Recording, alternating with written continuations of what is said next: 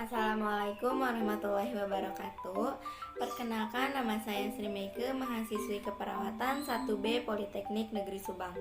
Program studi D3 Keperawatan dengan nomor induk mahasiswa 10403056. Pada kali ini saya akan menjelaskan mengenai materi isi buku Pendidikan Pancasila untuk Pendidikan Tinggi dengan pengarang Dr. Ujang Carda S, SH, MH, MIP, MAP. Adapun resume dari buku Pendidikan Pancasila untuk Pendidikan Tinggi yaitu ada 10 bab. Bab yang pertama diantaranya orientasi terhadap pendidikan Pancasila, yang di dalamnya dijelaskan tentang landasan dan tujuan pendidikan Pancasila, rumusan Pancasila, tujuan mempelajari Pancasila. Bab yang kedua yaitu tentang memahami sejarah Pancasila sebagai lambang negara Indonesia, yang di dalamnya dijelaskan Pancasila dalam sejarah bangsa Indonesia, Pancasila sebagai lambang negara Indonesia, memahami Pancasila sebagai lambang negara Indonesia dari putusan Mahkamah Konstitusi nomor 4 PUU 10 2012. Bab yang ketiga yaitu memahami Pancasila sebagai sistem filsafat, yang di dalamnya dijelaskan tentang pengertian filsafat, pengertian Pancasila sebagai sistem filsafat, konsep dasar filsafat Pancasila, dan landasan filsafat Pancasila. Bab yang keempat yaitu memahami Pancasila sebagai sistem nilai, etika, dan norma, yang di dalamnya dijelaskan tentang pengertian nilai, etika, dan norma Pancasila sebagai nilai fundamental bagi bangsa dan negara. Bab yang kelima yaitu memahami muatan sila-sila dalam Pancasila. Yang dijelaskannya yaitu ada hakikat nilai-nilai yang terkandung dalam Pancasila, isi materi muatan dalam sila-sila Pancasila, dan refleksi nilai-nilai keislaman dalam Pancasila.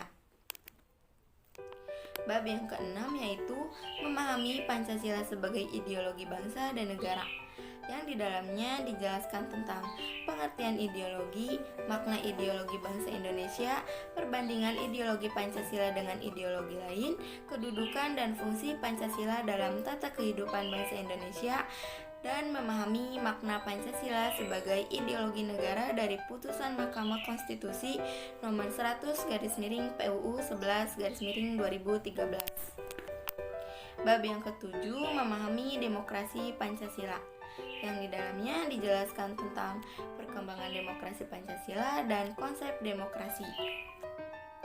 Bab yang ke-8 memahami hak dan kewajiban hak asasi manusia dalam Pancasila, yang di dalamnya dijelaskan tentang sejarah perkembangan hak asasi manusia, istilah dan pengertian hak asasi manusia, macam-macam hak asasi manusia, serta pemahaman hak dan kewajiban asasi manusia dalam Pancasila.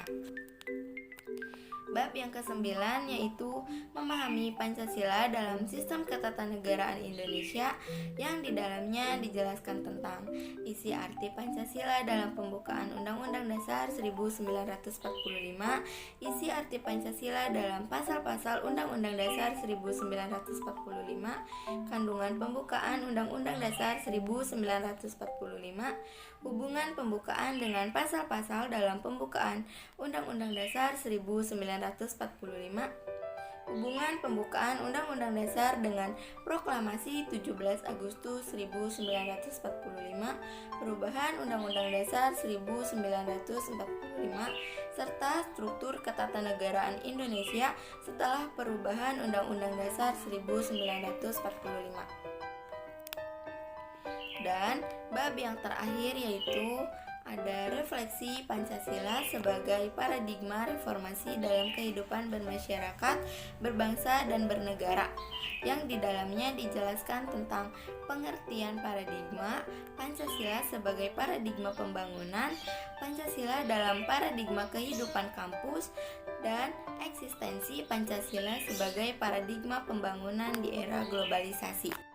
Adapun kesimpulan dari buku yang telah diresume saya yaitu Pancasila adalah dasar negara yang mempersatukan bangsa sekaligus bintang penuntun atau leitsar yang dinamis yang mengarahkan bangsa dalam mencapai tujuannya.